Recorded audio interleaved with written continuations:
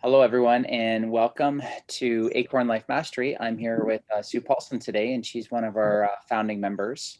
And she has got a really intriguing topic to talk about, especially over the holidays, which I think a lot of us experience. So, Sue, why don't you let us know a little bit about yourself and about the topic that you're going to be discussing today? Thanks, Adam. Well, it's just a delight to be here. I'm your magnificence mentor, and my whole focus is about helping people tap into their own magnificence in a variety of ways. And one of the things that I think stops us from being as magnificent as we are is we get too stressed. And stress these days, it seems as if it's almost on steroids.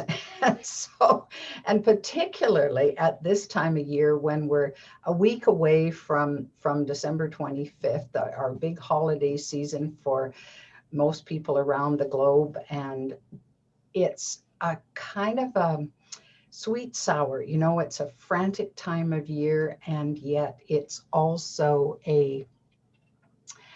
it can be an odd time of year. So our emotions are all over the place. So what I thought I would do today is talk about 6 tips. Now there's probably way more than 6, but I think we have time for 6 good tips on how to reduce your stress levels over the holiday season. So I want to start with the it's kind of like the elephant in the room. Let's start with our emotions. So number one is we need to really pay attention to what we're feeling at this time of year. So of course, when we're kids, mostly what we feel is excitement and energy around it and hopefulness and life is good because the promise of what's to come is big. Well, as we move into adulthood, then other emotions pile on top of that. And for lots of people, this is a tough time of year. Maybe you've lost loved ones right around this time of year. Maybe you have incredibly happy memories of Christmas past that haven't carried into now. Or maybe you have not had good memories from Christmases long ago. And so the holidays for you are maybe not so joyful. So I think our stress builds up because of the kind of rumble tumble of feelings all around us.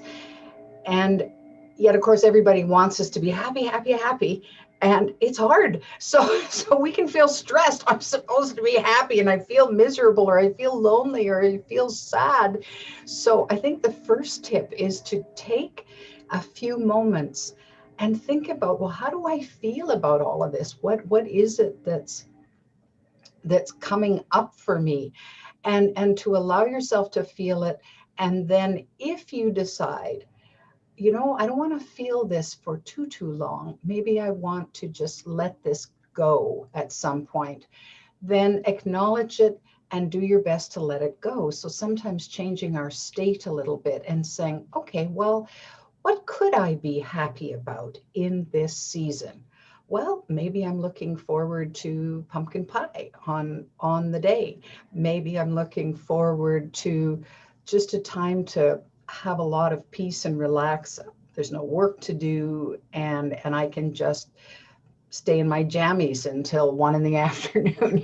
Like what is it that can give you that sense of happiness? So I think the first thing is to acknowledge how we're feeling about that. And for those of us who might feel sad because of lost loved ones, as an example, when I was only 17, my mom died in October, and she was the Christmas person. She was the one who created these amazing holidays and made Christmas good for us kids.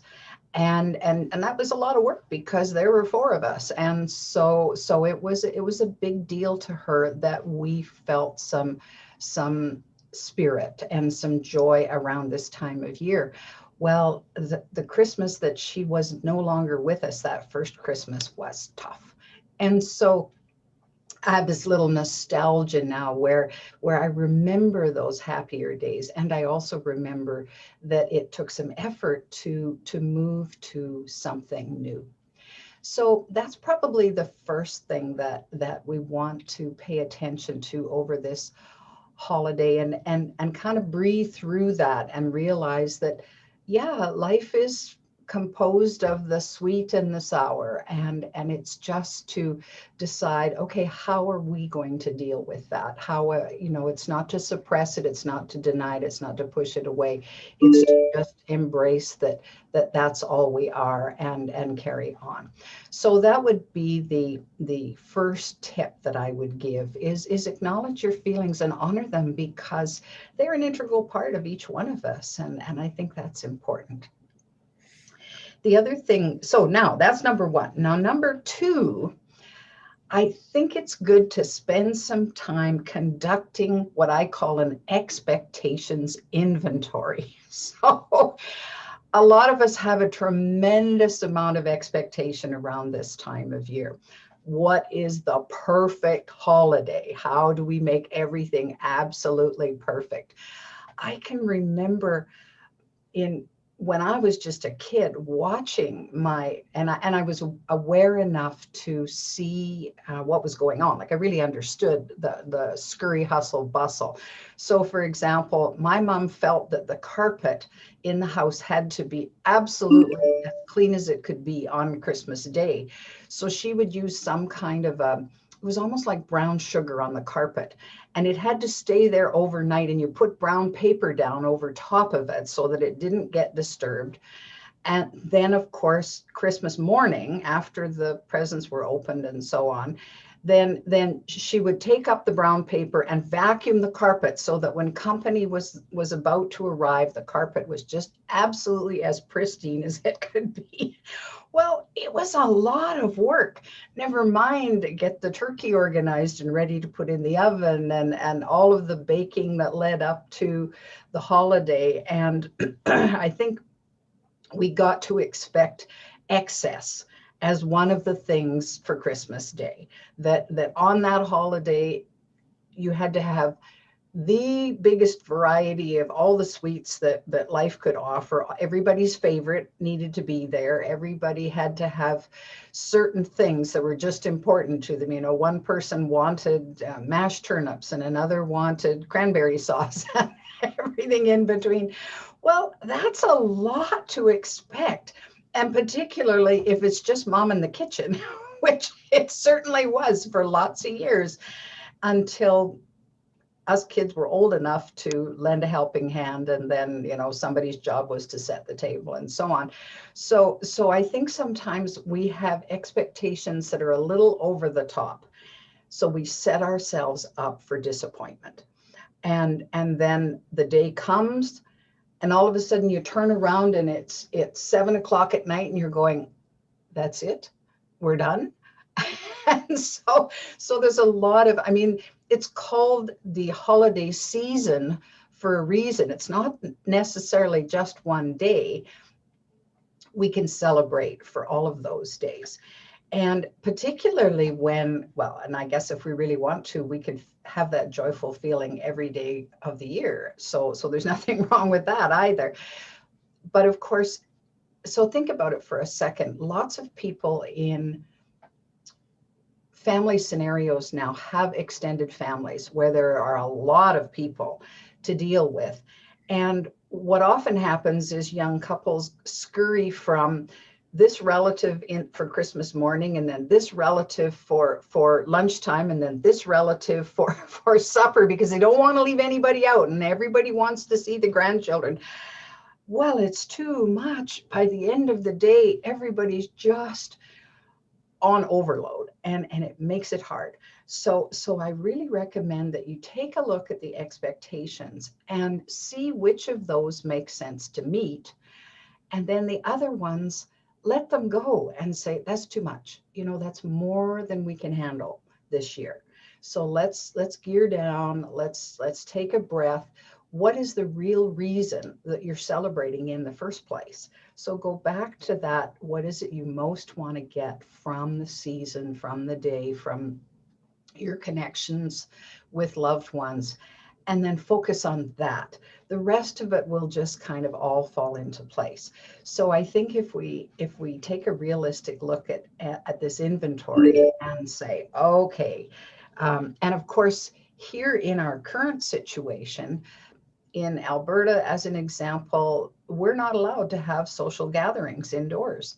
So my ability to connect with my son and daughter-in-law and my two twin granddaughters is not happening physically. So then I had to adjust my expectation. And when I first, knew the news, I'm going, oh, I was sad. I was disappointed. Well, what else can we do? So is there a new tradition that we can start, a new something that we can do? So Zoom, bless Zoom, is how I'm going to connect and watch my granddaughters open their presents and participate with the family on Christmas Day. And so that's and is it my absolute best, my heart's desire? No, but it's okay because I'll get to see them and it won't be masked up and, and so on. So this is good. So I've adjusted that. So I think it's important to make memories rather than strive for perfection when it comes to celebrating any holiday. Like, at what point do you say it's over the top? So it's excellence over excess, and quality versus quantity. So how do we do that? So that's number two, is to monitor your expectations, and where necessary, maybe you have a to-do list like from here to your ceiling. Well, what can you cross off the list without doing it? So that you say, okay, that opens up time. Oh, I can phone my Aunt Mary. I haven't talked to her for months. And I cross this off the list. Oh, I'm able to go out and make a snowman because it's snowing outside, and it would be fun to do. So what can we do? Now, number three then is to think of new traditions that your families can start. So for those of us who've been steeped in tradition and we've been on planet Earth for lots of years, we have lots of traditions that we can draw on. Oh, well, we have to do this, that, or the other thing. But circumstances are dictating something different. So what can you do that would start a new family tradition that maybe hasn't been done before? So I'm looking forward to next year. One of the new traditions I started this year was I got a recipe and made some ornaments for the Christmas tree. And Echo, who's on the call, was with me that day, and we made ornaments together. So now, because she has a brand new baby whose first Christmas is this year, there he is. That's Lloyd. We were able to get his footprint embedded into one of the decorations, and then also his handprint. Although you can't see the handprint, it looks more like a bear claw because he was kind of digging in, but it was so cute. So we baked those up, and then she got to take them home to decorate them. And so it was a new tradition for me. I'd never done that before in my whole life, to make ornaments and roll out the dough and bake them. It was like making sugar cookies, only there's salt in the dough, so you don't want to taste them. They wouldn't be good. So anyway, so what new traditions can you introduce? And of course, there's all kinds of cool traditions from other cultures. So if you're connected in with other cultures who want to celebrate with you, then what traditions can they bring that would be fun to add to the whole equation? So that would be number three. Now, so these are all things that you can pay attention to leading up to the day. So we're kind of in countdown mode now. It's the 18th of December, and we have a week before everything is going to be focused. Now, some people focus on Christmas Eve, so then you have a little bit less than a week, and some people focus on the day after, and some move their celebration right into into January. So regardless of which day you're celebrating, I think the last day of Hanukkah is today, if I'm not mistaken. And so it doesn't matter what day you're celebrating, then as you're into the day, let's face it, it's a big day. There's a lot going on. My parents, when I was little, made the rule for the kids that nobody is to disturb them before 7 a.m. because that was early enough to start the day. So, so of course we were always up way earlier than that, but we would creep down. Now it was tricky because remember the stairs of the farmhouse had brown paper down the middle of the carpet. So there was a little piece of wood on the edges of the staircase that we could creep down, and beside our parents' bedroom as quietly as possible, quieter than mice. And then we could go into the living room where the Christmas tree was, and we do Santa socks at Christmas time. And so we were allowed to look at whatever was in our sock. And if we were very quiet, then we wouldn't hear from our parents, "You kids get back to bed." So that was one of the, but then of course, once the day starts, then it's a flurry of activity, depending on how many people might be coming for dinner, depending on how big the dinner is and how long it takes. So I think it's good at the start of the day, when your eyes open, to start the day with a grateful heart. Start from, wow, here it is, December 25th, or whatever day it is that you're celebrating. I'm grateful that I get to celebrate this day, and whatever that means to you, and grateful for the people in my life, grateful for the opportunity to greet the day. So if you start with a grateful heart, that kind of sets the tone, rather than your eyes wide open and say, "Oh no, I have so much to do today. Oh my goodness, oh my goodness, oh my goodness." You have this frantic push. Well, just take a breath and start with, what am I grateful for in this moment?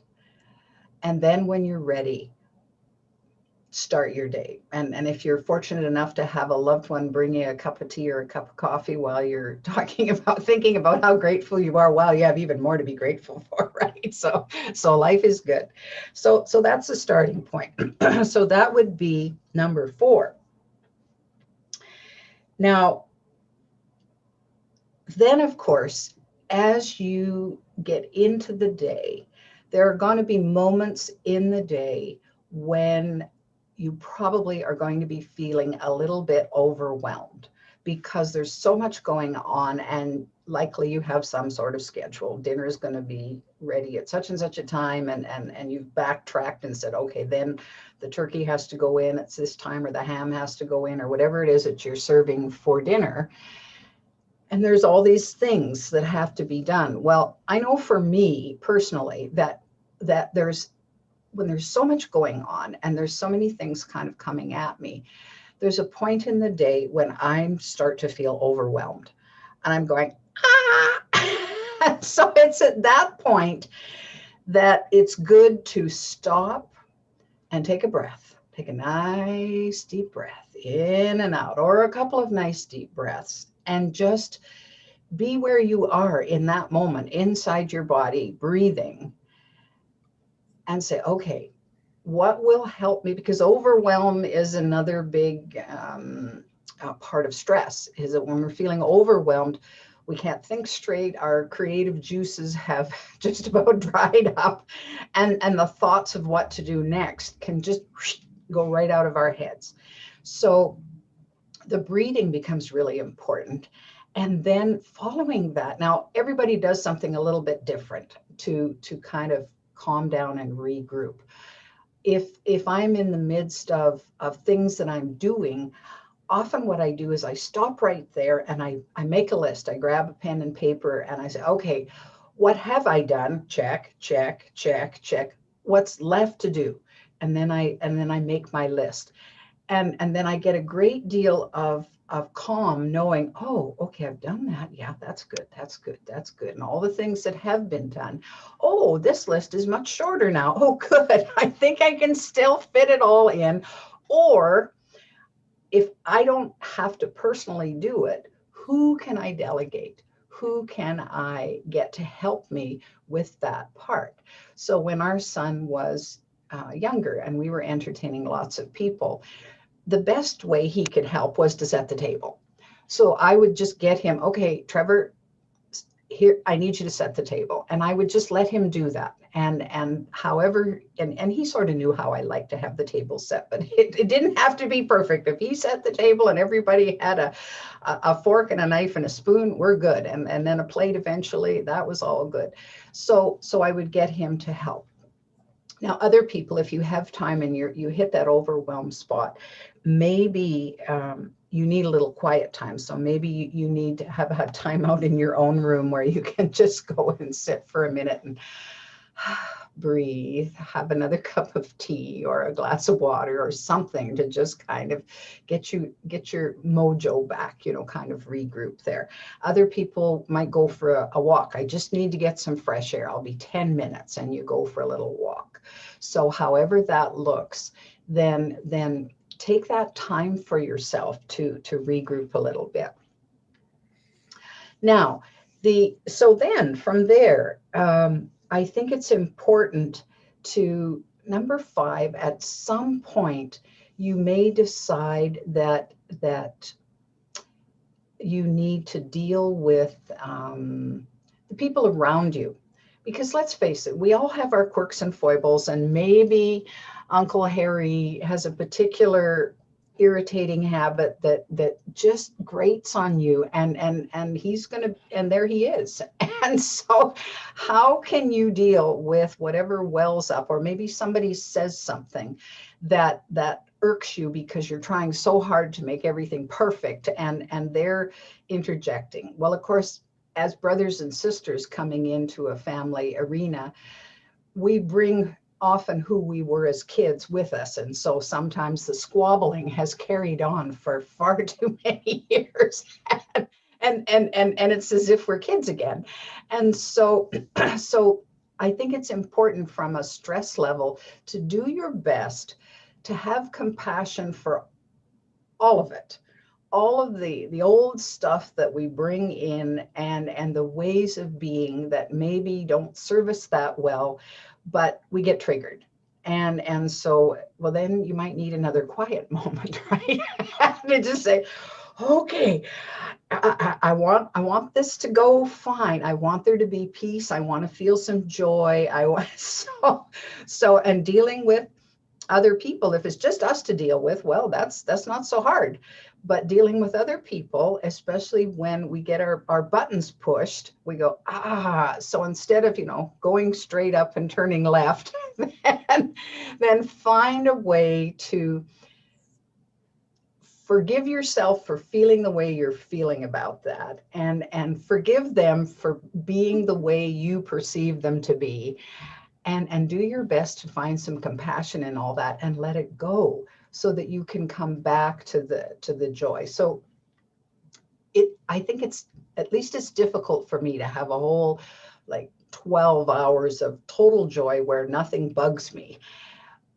But I can get back to feeling joy if I allow what bugs me to surface and say, oh yeah, I see that's really irritating me right now. Well, how important is that to me? And do I really want to carry on for the rest of the day with this? And then into 3 weeks from now, oh, you know what happened at our Christmas dinner? So, I mean, who needs that?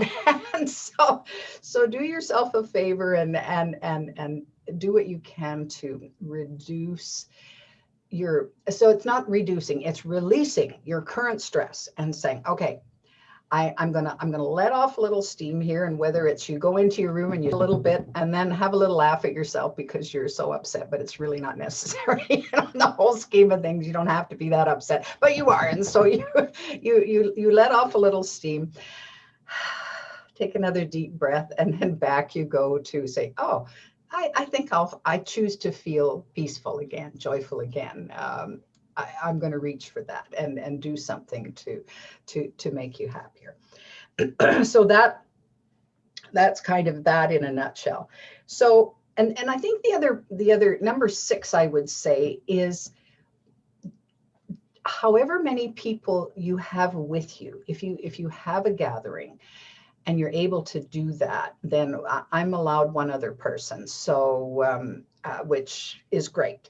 Well, if everybody gets to participate in the day, nothing is on, the weight of the whole celebration is not on one person's shoulders. If everybody gets to participate in their own way and contribute, then that makes for a really joyful day. That I know when I get to participate. I used to go down to California to on rather than celebrating Christmas, our family, my birth family, we would celebrate American Thanksgiving because we had a number of people who were living down, my relatives living down there, and that was the big celebration, even bigger than Christmas. So we would celebrate American Thanksgiving. Well, there's like 18 people that are coming together from all parts of the globe, and we're in a small condo type rental with a small kitchen and a big meal to put on. Well, I knew that because I had such talent coming at me from my sisters-in-law and my brothers who looked after the meal, I would take my rubber gloves with me because I knew that cleanup was something I could do, that they would appreciate after the meal was put on. And so that's what I would do. I would help out a little bit here and there with mashing this or whatever. I just took whatever marching orders they gave me.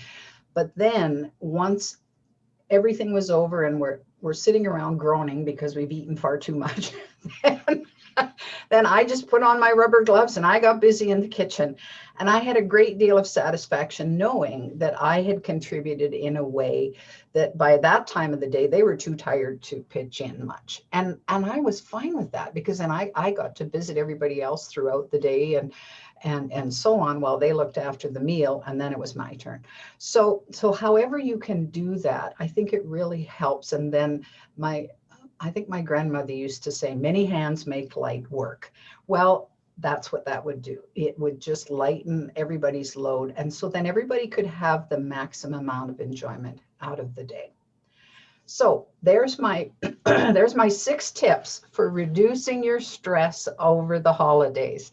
I hope that triggered even more ways that you can get the maximum enjoyment out of any holiday that you're ever involved in, and helps you just kind of move forward with more joy, more peace and calm, because isn't that the reason for celebrating, so that you can just participate even more fully?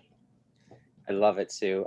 Number 2 probably was my favorite for sure. So I think you sort of touched base on it, but sort of living in the moment, right? So I think, we all build up this huge day and then we're always looking forward to what's next. And we forget to remember just to live in the moment, put your phones down, put the TV down, and just live into the moment and just enjoy everyone's company as much as you can. And, Absolutely. you do have a schedule still, and, there's still, you got to prepare dinner and stuff. And if you're cooking, if you're, at someone's house as a guest, then, you can make it joyful for them, either joining them in the kitchen and having conversations or, whatever. And so I think just, that kind of really touched on me. And then one thing that we started to do is started to play a whole bunch of games, Nice. really fun games, like just that get people laughing. And, that to me, if everyone's laughing and having fun, then that's kind of what it's all about. Oh, isn't that right? Well, we used to play Jenga, the Jenga blocks, quite a bit, and it was always a hoot. And there's this suspense going on to say, okay, who's going to knock the tower over? No, I don't want it to be me. Yeah. Well, Great thought. Absolutely. does anyone else, some of your guests, any other comments that you guys would like to chime in with? Just make sure you unmute yourself.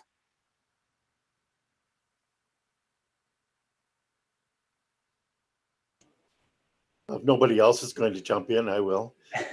Well done, Sue. And, took some of those to heart, and we'll do something about it. Thank you. Awesome. Cool. Okay, well, we're gonna. Hi. Sorry, my baby's crying. Otherwise, I would chime in. Just so you know, you could probably hear him. We're just about home. Sorry. No problem. No. No problem. Well, thank you everyone for watching today. I hope you liked, you know, the 6 tips to reduce stress from Sue. She's also got a new ebook that she just released, which I'll also put a link directly into the comments. That will definitely help you release stress as well, as she's sort of an expert in that area. So definitely check out the comments. Make sure you like and subscribe to our channel, and leave a comment, and we'll be happy to respond with any kind of questions you have. All right, thanks everyone. We'll see you later.